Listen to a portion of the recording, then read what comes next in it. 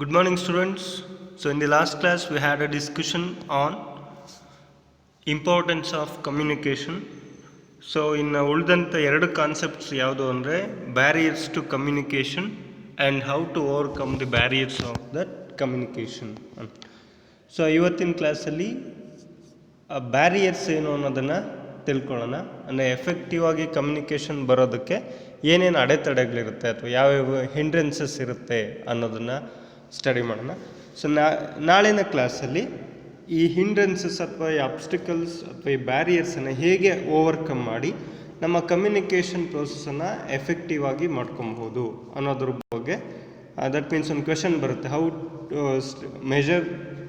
State the measures to overcome the barriers of effective communication ಅಂತ ನಿಮ್ಗೊಂದು question appear ಆಗುತ್ತೆ. So ಅದಕ್ಕೆ ಏನು ಆನ್ಸರು ಅನ್ನೋದನ್ನು ನಾಳಿನ ಕ್ಲಾಸಲ್ಲಿ ತಿಳ್ಕೊಳ್ಳೋಣ. ಸೊ ಫಸ್ಟು ಬ್ಯಾರಿಯರ್ಸ್ ಓವರ್ಕಮ್ ಮಾಡೋದಕ್ಕೆ ಯಾವ್ಯಾವ ರೀತಿ ಬ್ಯಾರಿಯರ್ಸು, ಎಷ್ಟು ಟೈಪ್ಸ್ ಆಫ್ ಬ್ಯಾರಿಯರ್ಸು ನಮಗೆ ಎಫೆಕ್ಟಿವ್ ಕಮ್ಯುನಿಕೇಷನ್ಗೆ ಅಫೆಕ್ಟ್ ಮಾಡುತ್ತೆ ಅನ್ನೋದನ್ನು ಇವತ್ತು ತಿಳ್ಕೊಳ್ಳೋಣ. ಸೊ ಕಾನ್ಸೆಪ್ಟ್ ಬಂದು ಬ್ಯಾರಿಯರ್ಸ್ ಟು ಕಮ್ಯುನಿಕೇಷನ್ ಅಂದರೆ that means obstacles to communication. So ಈ ಬ್ಯಾರಿಯರ್ಸನ್ನು ಒಂದು ಎಫೆಕ್ಟಿವ್ ಕಮ್ಯುನಿಕೇಷನ್ಗೆ ಅಫೆಕ್ಟ್ ಮಾಡ್ತಕ್ಕಂಥ ಬ್ಯಾರಿಯರ್ಸನ್ನು 4 ಟೈಪ್ಸ್ ಆಗಿ ನಾವು ಕ್ಲಾಸಿಫೈ ಮಾಡ್ತೀವಿ. ಯಾವುದ್ಯಾವುದು ಅಂದರೆ physical barriers, organisational barriers, semantic barriers, psychological barriers. ಅಂದರೆ ಎಫೆಕ್ಟಿವ್ ಕಮ್ಯುನಿಕೇಷನ್ ಪ್ರೋಸೆಸ್ಗೆ ಅಡೆತಡೆಗಳಿರ್ತಕ್ಕಂಥದ್ದನ್ನು 4 ವಿಧಗಳಾಗಿ ನಾವು ವಿಭಾಗಿಸ್ತೀವಿ. ಅದರಲ್ಲಿ ಯಾವುದಂದ್ರೆ physical barriers, organisational barriers, semantic barriers, psychological barriers. So first ಈಗ ಒಂದೊಂದನ್ನೇ ಡಿಸ್ಕಸ್ ಮಾಡೋಣ. ಫಿಸಿಕಲ್ ಬ್ಯಾರಿಯರ್ಸ್ ಅಂದರೆ ಏನು? The internal structure of organization and layout of office, machines and equipments creates physical barriers in communication.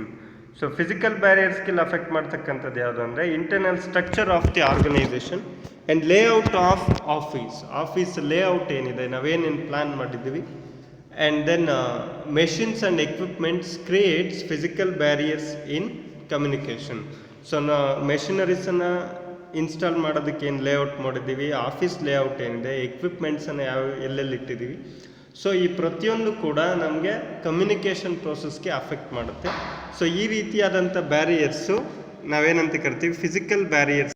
So ಈ physical ಬ್ಯಾರಿಯರ್ಸಲ್ಲಿ ಯಾವ್ಯಾವ barriers ಇದೆ, ಏನೇನು factors ಇದೆ ಅಥವಾ ಯಾವ್ಯಾವುದನ್ನು ಫಿಸಿಕಲ್ ಬ್ಯಾರಿಯರ್ಸ್ ಅಂತ ನಾವು ಕರಿತೀವಿ ಅಂತಂದರೆ, so first one distance. Communication is found obstructed in long distance like communication. That means ಯಾವಾಗ ಡಿಸ್ಟೆನ್ಸ್ ದೂರ ಇರುತ್ತೆ, ಸೊ ನೀವು ಯಾವುದೇ ಇರ್ಬೋದು, ಕಮ್ಯುನಿಕೇಷನ್ನು ಎಫೆಕ್ಟಿವ್ನೆಸ್ ಆಗಿ ಬರಬೇಕಂದ್ರೆ ಆದಷ್ಟು ಡಿಸ್ಟೆನ್ಸ್ ಏನಾಗಿರಬೇಕು, ನಿಯರ್ ಇರಬೇಕು. ಡಿಸ್ಟೆನ್ಸ್ ಜಾಸ್ತಿ ಆದಷ್ಟು ಆಗ ಎಫೆಕ್ಟಿವ್ ಆಗಿ ಬರೋದಕ್ಕೆ ಸಾಧ್ಯ. ಲಾಂಗ್ ಡಿಸ್ಟೆನ್ಸಲ್ಲಿ communication found obstructed. Second one Noise is a physical barrier to good communication since it interferes with the message being communicated. So communication process ಅಂದರೆ ಏನು, exchange of information from one person to another person. So ಇಬ್ಬರು ಮಧ್ಯೆ information exchange ಆಗಬೇಕಾದ್ರೆ noise ಏನಾದರೂ ಇದ್ದರೆ that acts as a physical barrier to good communication. ಅದು interfere ಮಾಡೋದ್ರಿಂದ ನಾವು ಅಂದ್ಕೊಂಡಿರೋ ಮೆಸೇಜು ಕ್ಲಿಯರ್ ಆಗಿ ತಲುಪೋದಕ್ಕೆ ಸಾಧ್ಯ ಇರೋದಿಲ್ಲ. That is also one of the barriers, physical barriers of communication, that is noise. Then physical arrangements. The physical arrangements of organizational sources like men, material and machine obstructs the communication process. So physical arrangement ಅಂದರೆ ನಾವು ಇದರಲ್ಲಿ ಹೇಳ್ತಿದ್ವಿ, order ಅಂದ್ಬಿಟ್ಟು ಒಂದು ಕಾನ್ಸೆಪ್ಟನ್ನು discuss ಮಾಡಿದ್ವಿ Henri Fayol ಪ್ರಿನ್ಸಿಪಲಲ್ಲಿ. There is a place for everything and everything should be in its place ಅಂದ್ಬಿಟ್ಟು. So ಪ್ರತಿಯೊಂದಕ್ಕೂ ಒಂದು ಪ್ಲೇಸ್ ಅಂತ ನಾವು ಕೊಡಬೇಕಾಗುತ್ತೆ. ಒಂದು ಮೆಷಿನರಿ ಇರ್ಬೋದು ಅಥವಾ ಮೆಟೀರಿಯಲ್ ಇರ್ಬೋದು ಅಥವಾ ಲೇಬರ್ ಇರ್ಬೋದು, ಅವ್ರು ಪ್ರತಿಯೊಬ್ಬರಿಗೂ ಅವ್ರದ್ದೇ ಆದಂಥ ಒಂದು ಪ್ಲೇಸ್ ಇರಬೇಕು. ಆ ಪ್ಲೇಸಲ್ಲಿ ಮಾತ್ರ ಅವರು ವರ್ಕ್ ಮಾಡಬೇಕು. ಸೊ ಈ ಫಿಸಿಕಲ್ ಅರೇಂಜ್ಮೆಂಟಲ್ಲಿ ಏನಾದರೂ ಪ್ರಾಬ್ಲಮ್ ಆಗ್ತಾ ಇದೆ ಅಂದರೆ ಅದು ಕೂಡ ನಮಗೆ ಕಮ್ಯುನಿಕೇಷನ್ಗೆ ಏನು ಮಾಡುತ್ತೆ, ಅಬ್ಸ್ಟ್ರಕ್ಟ್ ಆಗುತ್ತೆ. ಸೊ ಮೆಷಿನ್ಸ್ ಇರ್ಬೋದು, ಲೇಬರ್ಸ್ ಇರ್ಬೋದು, ಮೆಟೀರಿಯಲ್ಸ್ ಇರ್ಬೋದು, ಫಿಸಿಕಲಿ ಅರೇಂಜ್ ಮಾಡಬೇಕಾದ್ರೆ ಪ್ರಾಪರಾಗಿ ಅರೇಂಜ್ ಮಾಡಬೇಕು. ಆ ಫಿಸಿಕಲ್ ಅರೇಂಜ್ಮೆಂಟಲ್ಲಿ ಏನಾದರೂ ಪ್ರಾಬ್ಲಮ್ ಆಗ್ತಾಯಿದೆ ಅಂದರೆ ಸೊ ಆವಾಗಲೂ ಕೂಡ ಏನಾಗುತ್ತೆ, that affects the communication process. So ಅದಷ್ಟು ಫಿಸಿಕಲ್ ಬ್ಯಾರಿಯರ್ಸು. ಸೊ ನೆಕ್ಸ್ಟ್ ಯಾವುದು ಅಂದರೆ ಆರ್ಗನೈಸೇಷನಲ್ ಬ್ಯಾರಿಯರ್ಸ್. ನಿಮಗೆ ತುಂಬ ಇಂಪಾರ್ಟೆಂಟ್ ಕಾನ್ಸೆಪ್ಟ್ ಇದೆ.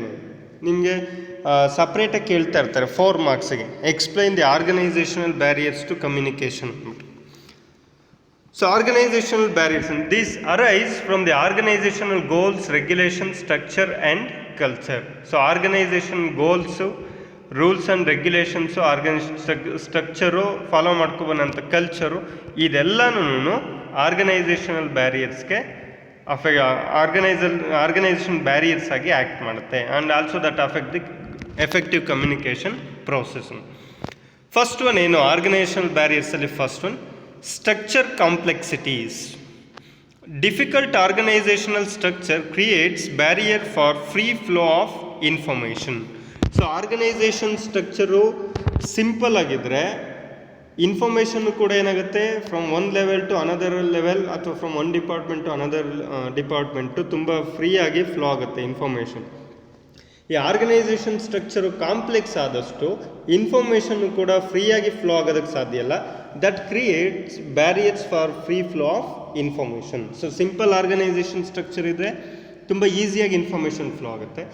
ಕಾಂಪ್ಲೆಕ್ಸ್ ಆಗ್ತಾ ಇದೆ ಆರ್ಗನೈಸೇಷನ್ ಸ್ಟ್ರಕ್ಚರ್ ಅಂತಂದರೆ, ಸೊ ಅಲ್ಲಿ ಫ್ರೀಯಾಗಿ ಇನ್ಫಾರ್ಮೇಷನ್ ಫ್ಲೋ ಆಗಕ್ಕೆ ಸಾಧ್ಯ ಇಲ್ಲ. That acts as a organisation barrier. Next status differences. ನಿಮಗೆ 1 ಮಾರ್ಕಿಗೆ ಒಂದು ಕ್ವೆಶನ್ ಕೇಳ್ತಾರೆ, status comes under which type of barrier ಅನ್ನೋದು. ಸೊ ಸ್ಟೇಟಸ್ಸು ಯಾವ ಟೈಪ್ ಆಫ್ ಬ್ಯಾರಿಯರ್ಗೆ ಬರುತ್ತೆ ಅನಿಸ್ತು. ಸೊ ಸ್ಟೇಟಸ್ ಅನ್ನೋದು organisational barrier. Status of individual person in different levels of management has prestige, hence it acts as barrier to effective communication. So individual person ಯಾವ್ಯಾವ ಲೆವೆಲಲ್ಲಿ work ಮಾಡ್ತಾ ಇರ್ತಾನೆ, for example top level, middle level, low level, 3 ಲೆವೆಲಲ್ಲಿ employees work ಮಾಡ್ತಾ ಇರ್ತಾರೆ. Status ಅಂತ ಬಂದಾಗ top ಲೆವೆಲಲ್ಲಿ ಇದ್ದಂಥ ಎಂಪ್ಲಾಯೀಸ್ ಸ್ಟೇಟಸ್ಸೇ ಬೇರೆ, ಮಿಡಲ್ ಲೆವೆಲಲ್ಲಿ ವರ್ಕ್ ಮಾಡೋ ಎಂಪ್ಲಾಯೀಸ್ ಸ್ಟೇಟಸ್ಸೇ ಬೇರೆ, ಲೋ ಲೆವೆಲಲ್ಲಿ ವರ್ಕ್ ಮಾಡೋ ಎಂಪ್ಲಾಯೀಸ್ ಸ್ಟೇಟಸ್ಸೇ ಬೇರೆ. ಈ ಸ್ಟೇಟಸ್ ಏನು ಅಂತಂದರೆ, ಈ ಇನ್ಫಾರ್ಮೇಷನ್ ಎಕ್ಸ್ಚೇಂಜ್ ಮಾಡಬೇಕಾದ್ರೆ ಸ್ಟೇಟಸನ್ನು ಅವನೇನಾದ್ರು ಮೈಂಡ್ ಸೆಟ್ಟಿಗೆ ಹಾಕ್ಕೊಂಡ್ರೆ, ಮೈಂಡಲ್ಲಿ ಸ್ಟೇಟಸ್ ಇದೆ ಅಂತಂದಾಗ ಎಫೆಕ್ಟಿವ್ ಆಗಿ ಅವ್ನ ಇನ್ಫಾರ್ಮೇಷನ್ ಎಕ್ಸ್ಚೇಂಜ್ ಮಾಡೋದಕ್ಕೆ ಸಾಧ್ಯ ಇಲ್ಲ. ಈಗ ಟಾಪ್ ಲೆವೆಲು, ಲೋ ಲೆವೆಲ್ ಎಂಪ್ಲಾಯಿಗೆ ಇನ್ಫಾರ್ಮೇಷನ್ ಎಕ್ಸ್ಚೇಂಜ್ ಮಾಡಬೇಕಂದ್ರೆ, ನಾನು being a top level employee, how can I communicate with the low level employee ಅಂತ ಅವನೇನಾದ್ರು ಬಂದರೆ, ಆ ಸ್ಟೇಟಸ್ ಏನಾದರೂ ಇಲ್ಲಿ ಇಂಟರ್ಫಿಯರ್ ಆಗ್ತಾ ಇದೆ ಅಂದರೆ ಇನ್ಫಾರ್ಮೇಷನ್ ನೀಟಾಗಿ ಫ್ಲೋ ಆಗೋದಕ್ಕೆ ಸಾಧ್ಯ ಇಲ್ಲ. ಸೊ ಪ್ರತಿಯೊಂದು ಲೆವೆಲಲ್ಲೂ ವರ್ಕ್ ಮಾಡ್ತಕ್ಕಂಥ ಎಂಪ್ಲಾಯ್ಸ್ಗೆ ಅವ್ರದ್ದೇ ಆದಂಥ ಪ್ರೆಸ್ಟೀಜ್ ಇರುತ್ತೆ. ಸೊ ಆ ಸ್ಟೇಟಸ್ ಕಾನ್ಷಿಯಸ್ ಪರ್ಸನ್ ಯಾವತ್ತೂ ಕೂಡ ಅವನ ಅಂಡರಲ್ಲಿ ವರ್ಕ್ ಮಾಡ್ತಕ್ಕಂಥ ಎಂಪ್ಲಾಯ್ಸ್ ಜೊತೆ ನೀಟಾಗಿ ಕಮ್ಯುನಿಕೇಟ್ ಮಾಡೋದಕ್ಕೆ ಸಾಧ್ಯ ಇಲ್ಲ. ಯಾಕೆ ಅಂದರೆ ನಮಗೆ ಪರ್ಸನ್ನು ಮತ್ತು ಇನ್ಫಾರ್ಮೇಷನ್ ಮುಖ್ಯ ಅಲ್ಲ, ಅವನ ಸ್ಟೇಟಸ್ ಏನಾಗಿರುತ್ತೆ ಮುಖ್ಯ ಆಗಿರುತ್ತೆ. Then organisational distance between sender and receiver also creates barrier to effective communication. ನಾನು ಆವಾಗಲೇ ಹೇಳ್ದಂಗೆ ಇದರಲ್ಲೂ ಬರುತ್ತದು ಫಿಸಿಕಲ್ ಬ್ಯಾರಿಯರ್ಸಲ್ಲಿ ಡಿಸ್ಟೆನ್ಸ್ ಅನ್ನೋದು. ಲಾಂಗ್ ಡಿಸ್ಟೆನ್ಸ್ ಇದ್ದರೆ ಅಲ್ಲಿ ಕ್ಲಾರಿಟಿ ಅನ್ನೋದು ಕಡಿಮೆ ಆಗ್ತಾ ಹೋಗುತ್ತೆ. ಸೊ ಡಿಸ್ಟೆನ್ಸ್ ಅನ್ನೋದು ಕಡಿಮೆ ಇದ್ದಾಗ, ಸೊ ಇಲ್ಲಿ ಸೆಂಡರು ಮತ್ತು ರಿಸೀವರ್, ಯಾರು ಇನ್ಫಾರ್ಮೇಷನ್ ಹೇಳ್ತಾ ಕನ್ವೆ ಮಾಡ್ತಾ ಇದ್ದಾನೆ ಈಸ್ ಕಾಲ್ಡ್ ಸೆಂಡರ್, ಯಾರು ಆ ಇನ್ಫಾರ್ಮೇಷನ್ ರಿಸೀವ್ ಮಾಡ್ತಾನೆ ಈಸ್ ಕಾಲ್ಡ್ ರಿಸೀವರ್. ಸೊ ಇವರಿಬ್ಬರು ಮಧ್ಯೆ ಇರ್ತಕ್ಕಂಥ ಡಿಸ್ಟೆನ್ಸ್ ಮೇಲೆ ಕಮ್ಯುನಿಕೇಷನ್ ಎಫೆಕ್ಟಿವ್ನೆಸ್ ನಿಂತಿರುತ್ತೆ. ಡಿಸ್ಟೆನ್ಸು ಜಾಸ್ತಿ, ಲಾಂಗರ್ ಡಿಸ್ಟೆನ್ಸ್ ಆದಷ್ಟು ಎಫೆಕ್ಟಿವ್ನೆಸ್ ಆಫ್ ಕಮ್ಯುನಿಕೇಷನ್ ಕಡಿಮೆ ಆಗುತ್ತೆ. ಶಾರ್ಟರ್ ಡಿಸ್ಟೆನ್ಸ್ ಆದರೆ ಎಫೆಕ್ಟಿವ್ನೆಸ್ ಆಫ್ ಕಮ್ಯುನಿಕೇಷನ್ನು ಜಾಸ್ತಿ ಇರುತ್ತೆ. Next information overload. Too much information to the subordinates in short period will suffer from overloaded information, which creates barrier to effective communication. So too much information in short period. So information ನೀವು ಹೇಳ್ತಾ ಇದ್ದೀರ, ಆದರೆ ಎಷ್ಟು information ಯಾವ ಪೀರಿಯಡಲ್ಲಿ ಹೇಳ್ತಾ ಇದ್ದೀರ ಅನ್ನೋದು important. Short ಪೀರಿಯಡಲ್ಲಿ too much ಇನ್ಫಾರ್ಮೇಷನನ್ನು ನಾವು ಹೇಳಿದಾಗ ಅದನ್ನು ರಿಸೀವ್ ಮಾಡ್ತಕ್ಕಂಥ ಸಬಾರ್ಡಿನೇಟ್ಸ್ಗೆ ಏನಾಗುತ್ತೆ, ಓವರ್ಲೋಡೆಡ್ ಇನ್ಫಾರ್ಮೇಷನ್ ಆಗುತ್ತೆ. ಸೊ ತುಂಬ ಇನ್ಫಾರ್ಮೇಷನ್ ಕೊಟ್ಟಾಗ ಫಸ್ಟ್ ಹೇಳ್ದಂಥ ಇನ್ಫಾರ್ಮೇಷನ್ನು ಎಲ್ಲೋ ಒಂದು ಕಡೆ ಮರ್ತೋಗ್ತಕ್ಕಂಥ ಚಾನ್ಸಸ್ಸು ಇರುತ್ತೆ. ಸೊ ಒಂದು ಪೀರಿಯಡ್ ಆಫ್ ಟೈಮಲ್ಲಿ ಎಷ್ಟು ಇನ್ಫಾರ್ಮೇಷನನ್ನು ಸಪ್ಲೈ ಮಾಡಬೇಕು ಅಷ್ಟನ್ನು ಮಾತ್ರ ನಾವೇನು ಮಾಡಬೇಕಾಗತ್ತೆ, ಕಮ್ಯುನಿಕೇಟ್ ಮಾಡಬೇಕಾಗುತ್ತೆ. ಶಾರ್ಟ್ ಪೀರಿಯಡ್ ಆಫ್ ಟೈಮಲ್ಲಿ ಟೂ ಮಚ್ ಇನ್ಫಾರ್ಮೇಷನನ್ನು ಪ್ರೊವೈಡ್ ಮಾಡಿದಾಗ that acts as A barrier. Next, timing. If the information is not provided in time, it creates barrier to communication. So ಇನ್ಫಾರ್ಮೇಷನನ್ನು ಕನ್ವೆ ಮಾಡೋದು ದೊಡ್ಡ ವಿಷಯ ಅಲ್ಲ, ಇನ್ ಟೈಮಲ್ಲಿ ಇನ್ಫಾರ್ಮೇಷನ್. ಸೊ ಯಾವ ಟೈಮಲ್ಲಿ ಯಾವ ಇನ್ಫಾರ್ಮೇಷನ್ ಬೇಕು ಆವಾಗ ಅದನ್ನು ನಾವು ಕನ್ವೆ ಮಾಡಿದಾಗ ಎಫೆಕ್ಟಿವ್ ಆಗಿ ಬರೋದಕ್ಕೆ ಸಾಧ್ಯ ಇರುತ್ತೆ. ಇವಾಗ ಬೇಕಿರೋ ಇನ್ಫಾರ್ಮೇಷನ್ ನಾಳೆ ಸಪ್ಲೈ ಮಾಡಿದ್ರೆ ದೇರ್ ಇಸ್ ನೋ ಯೂಸ್ ಅಂದ್ಬಿಟ್ಟು. ಸೊ ಟೈಮಿಂಗ್ ಅನ್ನೋದು ಕೂಡ ಇಲ್ಲಿ ತುಂಬ ಇಂಪಾರ್ಟೆಂಟ್. ಸೊ ಇನ್ಫಾರ್ಮೇಷನ್ನು ಇನ್ ಟೈಮ್ಗೆ ನಾವು ಸಪ್ಲೈ ಆದಾಗ ಇನ್ ಟೈಮ್ಗೆ ನಾವು ಇನ್ಫಾರ್ಮೇಷನನ್ನು ಪ್ರೊವೈಡ್ ಮಾಡಿದ್ರೆ ಸೊ ಅಲ್ಲಿ ಆ್ಯಕ್ಯುರೇಟ್ ಡಿಸಿಷನ್ ತಗೊಳ್ಳೋದಕ್ಕೆ ಸಾಧ್ಯ ಆಗುತ್ತೆ. ಇನ್ ಟೈಮಲ್ಲಿ ಇನ್ಫಾರ್ಮೇಷನ್ ಹೋಗ್ತಾ ಇಲ್ಲ ಅಂದರೆ ಅದು ಕೂಡ ಏನಾಗುತ್ತೆ, ಬ್ಯಾರಿಯರ್ ಆಗಿ ಆ್ಯಕ್ಟ್ ಮಾಡುತ್ತೆ. ಸೊ ಇದಿಷ್ಟು ಆರ್ಗನೈಸೇಷನಲ್ ಬ್ಯಾರಿಯರ್ಸು 4 ಮಾರ್ಕ್ಸ್ಗೆ ನಿಮಗೆ ತುಂಬ ಇಂಪಾರ್ಟೆಂಟ್ ಕ್ವೆಶನ್ ಇದು. ಎಕ್ಸ್ಪ್ಲೈನ್ ದಿ ಆರ್ಗನೈಸೇಷನಲ್ ಬ್ಯಾರಿಯರ್ಸ್ ಅಂತ ಕೇಳ್ತಾರೆ. ಸೊ ಥರ್ಡ್ ಒನ್ ಯಾವುದು, semantic barriers. Semantic barriers, the use of difficult and multiple use of languages, words, figures and symbols create semantic barriers. So ಅಂದರೆ difficult ವರ್ಡ್ಸನ್ನು ಅಥವಾ difficult ಲ್ಯಾಂಗ್ವೇಜಸನ್ನು, difficult words, difficult ಸಿಂಬಲ್ಸನ್ನು use ಮಾಡೋದ್ರಿಂದ ಉಂಟಾಗ್ತಕ್ಕಂಥ ಬ್ಯಾರಿಯರ್ಸ್ಗೆ ನಾವೇನಂತ ಕರಿತೀವಿ, ಸೆಮ್ಯಾಂಟಿಕ್ ಬ್ಯಾರಿಯರ್ಸ್. ಸೊ ಯಾವುದ್ಯಾವುದು ಅನ್ನೋದನ್ನು ನೋಡೋಣ. ಬ್ಯಾಡ್ಲಿ ಎಕ್ಸ್ಪ್ರೆಸ್ಡ್ ಮೆಸೇಜ್ ಅಂದರೆ ನಾವು ಎಕ್ಸ್ಪ್ರೆಸ್ ಮಾಡೋ ಮೆಸೇಜನ್ನು ತುಂಬ ಬೇರೆ ರೀತಿಯಲ್ಲಿ ನಾವು ಎಕ್ಸ್ಪ್ರೆಸ್ ಮಾಡ್ತಾ ಇದ್ವಿ. ಸೊ ಒಳ್ಳೆ ರೀತಿಲಿ ಅಂದ್ಕೊಂಡಿರೋ ಮೆಸೇಜನ್ನು ಒಳ್ಳೆ ರೀತಿಲಿ ಕೊಡ್ತಾ ಇಲ್ಲ, ಬ್ಯಾಡಾಗಿ ನಾವು ಎಕ್ಸ್ಪ್ರೆಸ್ ಮಾಡ್ತಾ ಇದ್ದೀವಿ. That is also one of the semantic barriers. So symbols with different meanings. ಕೆಲವೊಂದು ಸರಿ ನಾವು ಕಮ್ಯುನಿಕೇಷನ್ ಪ್ರೊಸೆಸ್ಸಲ್ಲಿ ಯೂಸ್ ಮಾಡ್ತಕ್ಕಂಥ ಸಿಂಬಲ್ ಒಂದೇ, but that has a different meanings ಅಂದ್ಬಿಟ್ಟು. ಸೊ ನಾವು ಯಾವುದೋ ಒಂದು ಸಿಂಬಲನ್ನು ನಮ್ಮ ಒಂದು ಇಂಟೆನ್ಷನ್ ನಮ್ಮ ಪರ್ಸೆಪ್ಷನ್ ಮುಖಾಂತರ ಏನೋ ಒಂದು ಯೂಸ್ ಮಾಡಿರ್ತೀವಿ, ಆದರೆ ರಿಸೀವರ್ಗೆ ಅದು ಬೇರೆ ರೀತಿಯಾದಂಥ ಮೀನಿಂಗನ್ನೇ ಕೊಡಬಹುದು. ಸೊ ಇಲ್ಲಿ ಪ್ರಾಬ್ಲಮ್ ಏನು ಅಂದರೆ ನಾವು ಯೂಸ್ ಮಾಡೋ ಸಿಂಬಲ್ಗೆ ಇರ್ತಕ್ಕಂಥ ಡಿಫ್ರೆಂಟ್ ಮೀನಿಂಗ್ಸ್.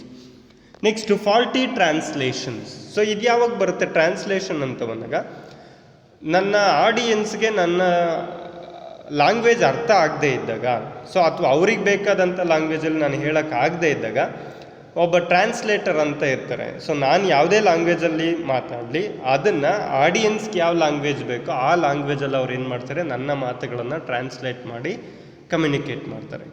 ಈ ಟೈಮಲ್ಲಿ ಏನಾದ್ರು ಫಾಲ್ಟಿ ಟ್ರಾನ್ಸ್ಲೇಷನ್ ಆದರೆ, ನಾನು ಹೇಳಿದ್ದು ಒಂದು ಅವ್ರು ಅರ್ಥ ಮಾಡಿಕೊಂಡು ಆಡಿಯನ್ಸ್ಗೆ ಹೇಳಿದ್ದು ಬೇರೆ ಥರ ಅಂತ ಅಂದಾಗ, ಸೊ ಅದು ಕೂಡ ಸೆಮ್ಯಾಂಟಿಕ್ ಬ್ಯಾರಿಯರ್ಸ್, ಅಂದರೆ ತಪ್ಪಾಗಿ ಟ್ರಾನ್ಸ್ಲೇಟ್ ಮಾಡ್ತಕ್ಕಂಥದ್ದು. Next unclarified assumptions. ಸೊ ಒಂದು ಇನ್ಫಾರ್ಮೇಷನ್ ಬಂದಿದೆ ಅಂದರೆ ಅದಕ್ಕೆ ಕ್ಲಾರಿಫೈಡ್ ಅಸಂಪ್ಷನ್ಸ್ ಇಲ್ಲದೆ ಇರ್ತಕ್ಕಂಥ, ನಾನು ಅಸ್ಯೂಮ್ ಮಾಡ್ಕೊಂಡಿರೋದೇ ಬೇರೆ, ಅದು ಆ್ಯಕ್ಚುಯಲ್ ಸಿಚುವೇಷನ್ನೇ ಬೇರೆ ಅಂದ್ಬಿಟ್ಟು. Next technical jargons nothing but the technical words ಅಂದ್ಬಿಟ್ಟು. ಟೆಕ್ನಿಕಲ್ ವರ್ಡ್ಸನ್ನು ಯೂಸ್ ಮಾಡ್ತೀವಿ. ಆ ವರ್ಡ್ಸು ಯಾರು ಆ ಫೀಲ್ಡಲ್ಲಿ ಎಕ್ಸ್ಪರ್ಟ್ ಇರ್ತಾರೆ ಅವರಿಗೆ ಮಾತ್ರ ಅದು ಆ ವರ್ಡ್ಸು ಮೀನಿಂಗ್ ಅರ್ಥ ಆಗುತ್ತೆ. ಸೊ ಎಲ್ಲರಿಗೂ ಆ ವರ್ಡ್ಸ್ ಬಗ್ಗೆ ಇನ್ಫಾರ್ಮೇಷನ್ ಇಲ್ಲದೆ ಇರೋದ್ರಿಂದ ಆ ವರ್ಡ್ಸ್ ಏನು ಅನ್ನೋದೇ ಅವ್ರಿಗೆ ಅರ್ಥ ಆಗುತ್ತೆ. ಅದನ್ನೇ ನಾವೇಂತ ಕರೀತೀವಿ ಟೆಕ್ನಿಕಲ್ ಕೆಲವೊಂದು ಟೆಕ್ನಿಕಲ್ ವರ್ಡ್ಸು ಎಲ್ಲರಿಗೂ ಅರ್ಥ ಆಗೋದಕ್ಕೆ ಸಾಧ್ಯ ಇಲ್ಲ, ಕೆಲವೊಬ್ರಿಗೆ ಮಾತ್ರ ಅರ್ಥ ಆಗುತ್ತೆ.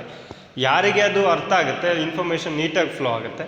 ಯಾರಿಗೆ ಅರ್ಥ ಆಗಲ್ಲ, ಅದು ಎಫೆಕ್ಟಿವ್ ಆಗಿ ಕಮ್ಯುನಿಕೇಟ್ ಮಾಡೋದಕ್ಕೆ ಸಾಧ್ಯ ಇಲ್ಲ. Next body language and gesture decoding questions. ಅಂದರೆ ಬಾಡಿ ಲ್ಯಾಂಗ್ವೇಜು ಮತ್ತು ಗೆಸ್ಚರ್, ನೀವು ಹೇಳೋ ಇನ್ಫಾರ್ಮೇಷನ್ಗೂ ಮತ್ತು ನಿಮ್ಮ ಬಾಡಿ ಲ್ಯಾಂಗ್ವೇಜ್ಗೂ ಸಿಮಿಲ್ಯಾರಿಟೀಸ್ ಇರಬೇಕು. ನೀವು ಹೇಳ್ತಾ ಇರ್ತಕ್ಕಂಥ ಇನ್ಫಾರ್ಮೇಷನ್ನೇ ಬೇರೆ, ಅದಕ್ಕೆ ಆಪೋಸಿಟ್ ಬಾಡಿ ಲ್ಯಾಂಗ್ವೇಜು ಅಥವಾ ಅದಕ್ಕೆ ಆಪೋಸಿಟ್ ಗೆಸ್ಚರ್ ಇದೆ ಅಂದರೆ ಅದು ಕೂಡ ಒಂದು ಸೆಮ್ಯಾಂಟಿಕ್ ಬ್ಯಾರಿಯರ್ಸ್ ಆಗಿ ಆ್ಯಕ್ಟ್ ಮಾಡುತ್ತೆ. So at last psychological barriers. So this is the last type of barriers. Psychological barriers ಯಾವ್ದು? So these are the barriers to effective communication creates due to lack of interest in people for whom the communication is meant.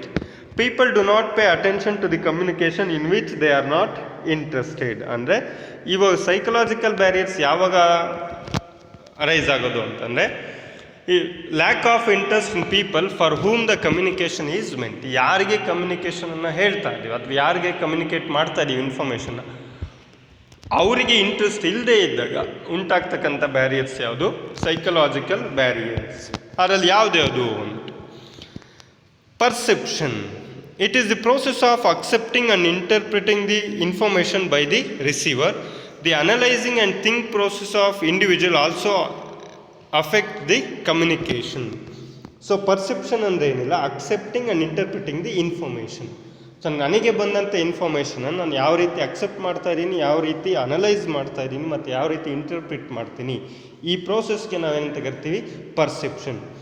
So the analysing and thinking process of individual also effect the communication. ನನ್ನ analysing process, ನನ್ನ thinking process ತಪ್ಪಾಗಿದ್ದಾಗ so ಅವಾಗ ಅದು ನನ್ನ judge ಮಾಡೋ ವೇನೇ ಬೇರೆ ಆಗುತ್ತೆ.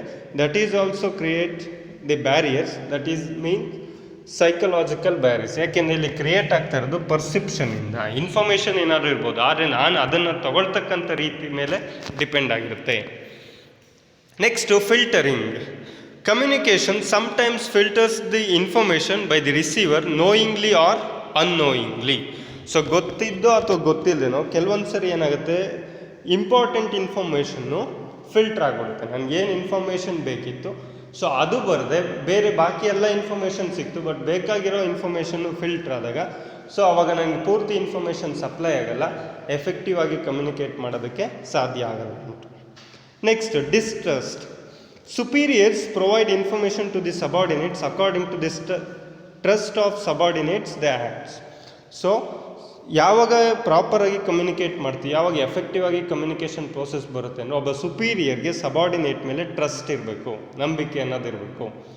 So ಯಾವಾಗ subordinate ಮೇಲೆ ಡಿಸ್ಟ್ರಸ್ಟ್ ಇರುತ್ತೆ ಸುಪೀರಿಯರ್ಗೆ, ಸೊ ಆವಾಗ ಇನ್ಫಾರ್ಮೇಷನ್ನು ನೀಟಾಗಿ ಫ್ಲೋ ಆಗೋದಕ್ಕೆ ಸಾಧ್ಯ ಇಲ್ಲ. So next emotions. Emotions also creates barriers to effective communication like anger, jealousy etcetera. So ನಿನ್ನ ಎಮೋಷನ್ಸ್ ಕೂಡ ನಿನ್ನ ಕಮ್ಯುನಿಕೇಷನ್ ಪ್ರೋಸೆಸ್ ಮೇಲೆ ಅಫೆಕ್ಟ್ ಆಗುತ್ತೆ. ಯಾವುದ್ಯಾವುದು ಎಮೋಷನ್ಸ್? Anger, jealousy. ಸೊ ನಿನಗೆ ನಿನ್ನ ಸುಪೀರಿಯರ್ ಮೇಲೆ ನಿನಗೇನೋ ಜಲಸಿ ಇದೆ ಅಂತಂದರೆ ಅವ್ನು ಯಾವುದೇ ರೀತಿ ಇನ್ಫಾರ್ಮೇಷನ್ ಕೊಟ್ಟರು ನೀನು ಅದನ್ನು ಒಪ್ಪಲ್ಲ, ಬಿಕಾಸ್ ಅಲ್ಲಿ ಅಫೆಕ್ಟ್ ಆಗ್ತಿರೋದೇನು ಜಲಸಿ ಇದೆ. ಸೊ ಅವ್ನು ಏನು ಹೇಳಿದ್ರು ನೀನು ಒಪ್ತಕ್ಕಂಥ ಸಿಚುವೇಷನಲ್ಲಿ ಇರೋದಿಲ್ಲ. ಆ್ಯಂಡ್ ದೆನ್ ಆ್ಯಂಗರ್, ಕೋಪ ಅಂತ. ನೀನು ಯಾವುದೇ ಇನ್ಫಾರ್ಮೇಷನ್, ಒಳ್ಳೆ ಇನ್ಫಾರ್ಮೇಷನ್ ಆಗಲಿ ತುಂಬ ಕೋಪದಲ್ಲಿ ಹೇಳ್ತಿದ್ಯಾ ಅಂದರೆ ಅದು ನೀನು ಅಂದ್ಕೊಂಡಿರೋ ರೀತಿಯಲ್ಲಿ ರೀಚ್ ಆಗೋದಕ್ಕೆ ಸಾಧ್ಯ ಇಲ್ಲ. So these are the psychological barriers. So ಇದಿಷ್ಟು 4 ಟೈಪ್ಸ್ ಆಫ್ ಬ್ಯಾರಿಯರ್ಸ್. ಇದೊಂದು ಎಫೆಕ್ಟಿವ್ ಕಮ್ಯುನಿಕೇಷನ್ಗೆ ಇರ್ತಕ್ಕಂಥ ಪ್ರಾಬ್ಲಮ್ಸ್ ಅಂದ್ಬಿಟ್ಟು. ಸೊ ಈ ಪ್ರಾಬ್ಲಮ್ಸನ್ನು ಹೇಗೆ ಓವರ್ಕಮ್ ಮಾಡೋದು ಅನ್ನೋದನ್ನು ನಾಳೆ ಕ್ಲಾಸಲ್ಲಿ ಡಿಸ್ಕಸ್ ಮಾಡೋಣ.